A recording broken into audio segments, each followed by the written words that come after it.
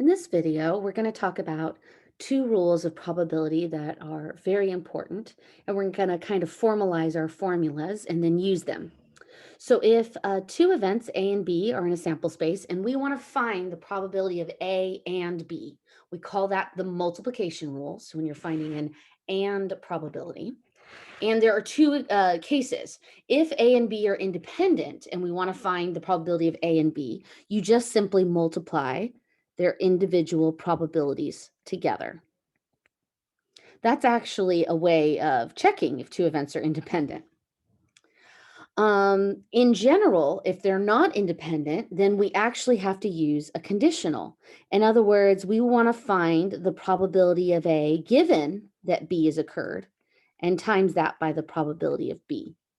So we're saying that in that case, A is dependent on whether or not B has occurred.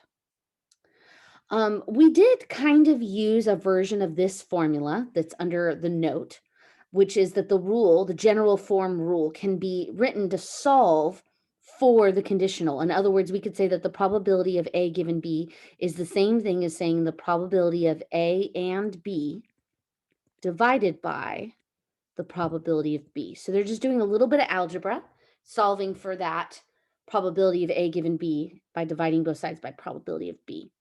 So it just gives us an alternate formula, and we saw that in a previous example. Okay, the OR rule is the addition rule, so it's when we're finding an OR probability. And there are two possibilities. In this case, mutually exclusive helps us kind of have a simpler version of the formula. So if two events are mutually exclusive, that means they have nothing in common. So it would just be the probability of A plus the probability of B. But if they might have something in common, the general form of the rule is the probability of A plus the probability of B minus the probability of A and B. Because remember, probability of A and B is events that both A and B have in common. So when you're finding the probability of A, you're finding the probability of all the events of A. And when you're finding the probability of B, you're finding the probability of all of its events. But if they have events in common, they're being counted twice. So we have to take out the fact that they're being double counted. And this is how we do that. We subtract out what they have in common to make sure that it is not being counted twice. Okay, if you didn't quite get your mind around that, I encourage you to maybe pause, maybe rewind, listen again. But let's try some examples. Maybe you'll kind of see through some examples how it works. We're just going to apply these formulas and you can kind of get a feel for what's going on. Okay, so Carlos plays soccer. He makes a goal 65% of the time he shoots. He's going to attempt two goals in a row in the next game. If A is the event that he's successful on his first event, we're going to say that its probability is 0.65, since that's his probability of being successful. But his second attempt, it's actually 0.65 again. Okay. Even is successful. Oh, tends to shoot in streaks. Oh, okay. I'm sorry. So now they're saying that we have this idea that the probability he makes the second goal, given that he made his first goal, so it like kind of helps improve his scoring. It ends up jumping in probability. So I'm just going to try to understand. So B is the event Carlos is successful on his second attempt. In general, it's a 65% chance that he's going to be successful because that's his probability. But if he makes the first goal, it does up his chance of making the second goal. Okay, I feel like I'm understanding. So let's go ahead and dive in and see if we can answer these questions. What is the probability that he makes both goals? So this is an and situation. We want to find the probability that he makes the first goal and makes the second. So this is going to have to be the in general version of this because they aren't independent. Since we know that he has a higher chance of making the second goal if he makes the first goal. So the probability that he's going to make the first goal is 0.65. So that's the first goal. Okay. And the probability that he's going to make the second goal is 0.90 because we're assuming he made the first goal. So this is the second goal, but we're assuming he made the first. So that's the whole point of this event.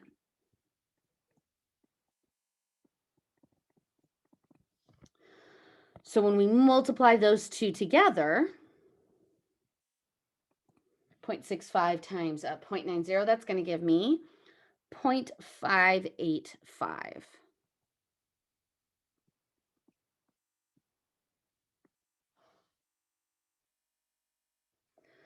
Okay, so part B is a little different. What is the probability that Carlos makes either the first or the second goal? So this is an or. This is the or case.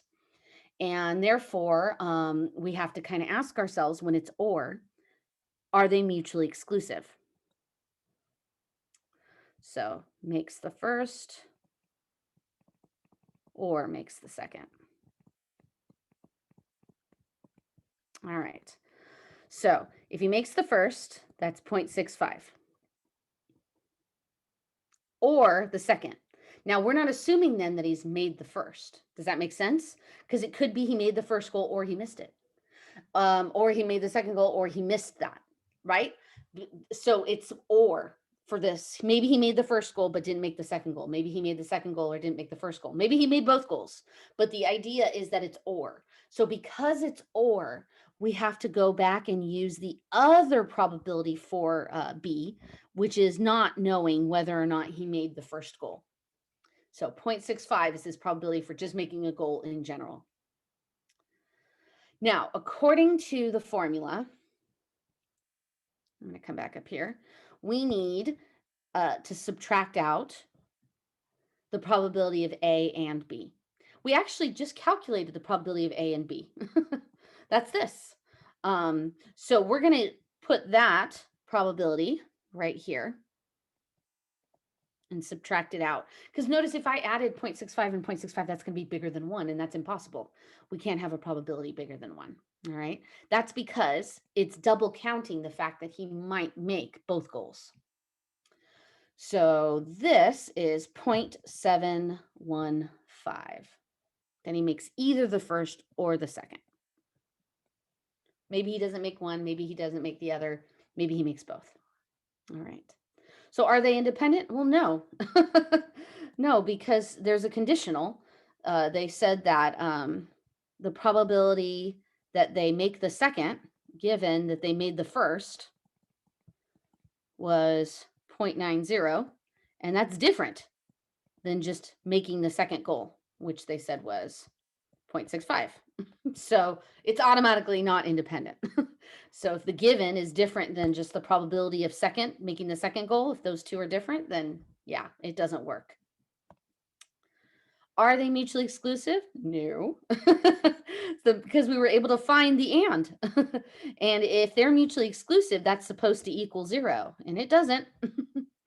So they're not mutually exclusive. I just realized they were using A and B this whole time, and I was writing it out, and I could have just been using A and B. What a goofball. All right, let's try the next example. So a community swim team has 150 members. 75 are advanced, 47 are intermediate, the remainder are novice. Okay, so here, I just want to take a second to write that down. So we have a total of 150. And of those 150, we have, 75 are advanced. And then we have 47 are intermediate. The rest are novice. Okay, so here. So the novice ones, if you subtract 150 minus 75 minus 47, that's going to come out to 28. Okay, so that's the first information they gave me. And then they give me some more information. 40 of the advanced swimmers practice 4 times a week. So now they're talking about people who practice 4 times a week. All right. So of those who practice 4 times a week, 40 are advanced. Okay. 30 are intermediate. And then novice, 10 or novice. There we go. So they did give us that. All right. So that's a total, just so I see that. That's a total of 80, sorry, 80 total. All right, good to know. All right, let's see if that helps us answer these questions. What is the probability that a member is a novice swimmer? Okay, so of the novice, there's 28 out of 150. I'm just going to go ahead and divide and get a decimal for this. So that's 0.19, rounding to the hundredths place. What is the probability that they practice 4 times a week? Oh, okay, well, we got that total. That was 80 out of 150, which is 0.53 as a decimal. Plug that in your calculator, just divide. What is the probability that the member is an advanced swimmer and practices 4 times a week? So we know there are 40 of them. Okay, so 40 out of 150,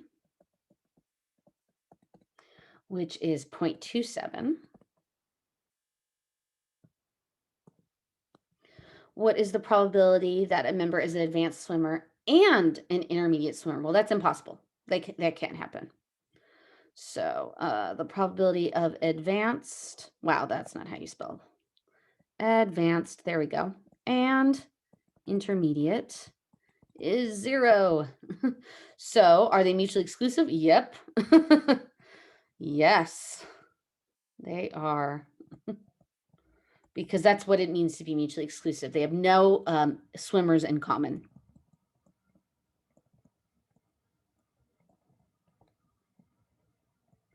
You can't be in both.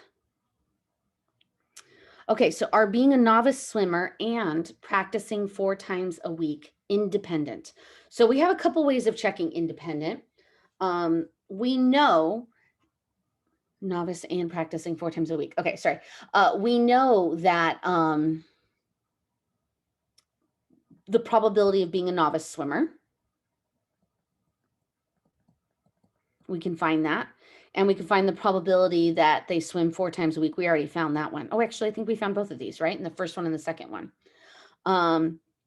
So if we do 0.19 times 0.53 times 0.53, I'm going to see if that's equal to the probability of somebody who is a novice and swims 4 times a week.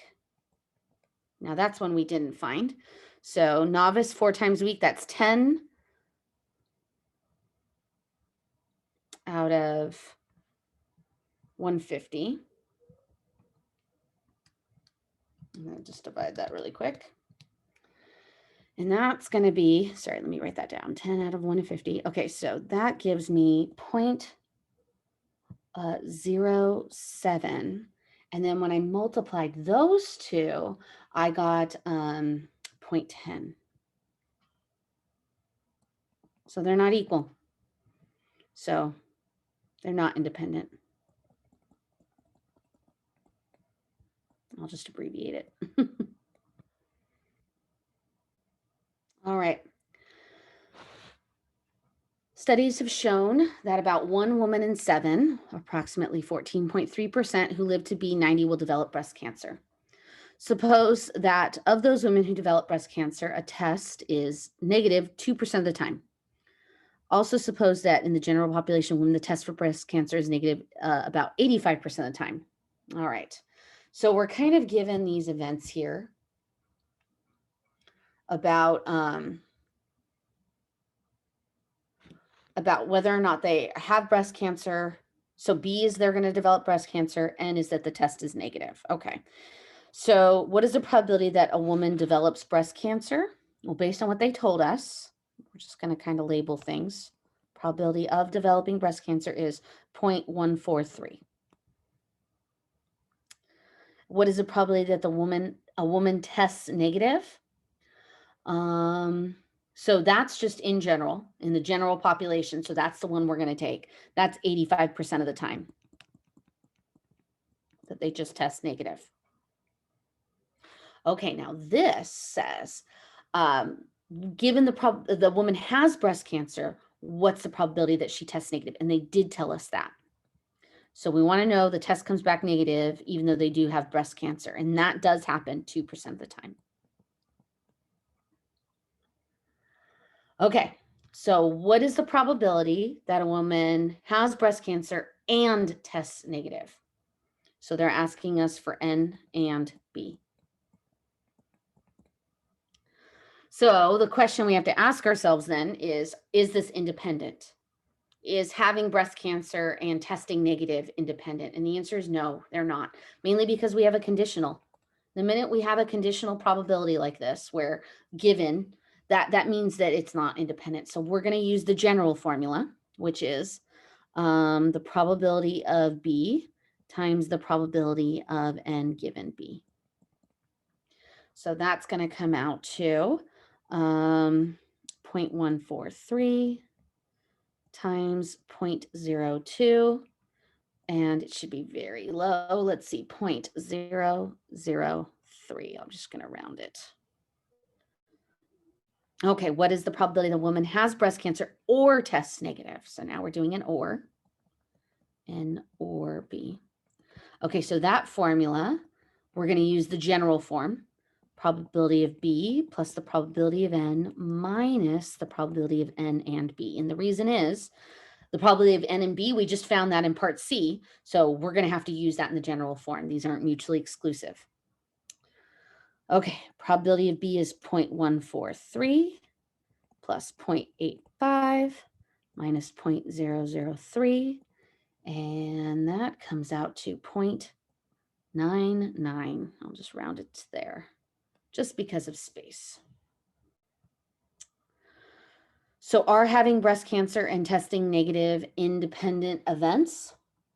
No, we just talked about the fact that there's a condition, all right? And the condition, we can see that the probability of N does not equal the probability of N given B, because this one was 0.85 and this one was 2. Those are clearly not equal. So no. Are they mutually exclusive? No, we already answered that earlier too. Because we didn't have 0 for the and, that means they have something in common. So no, they are not mutually exclusive.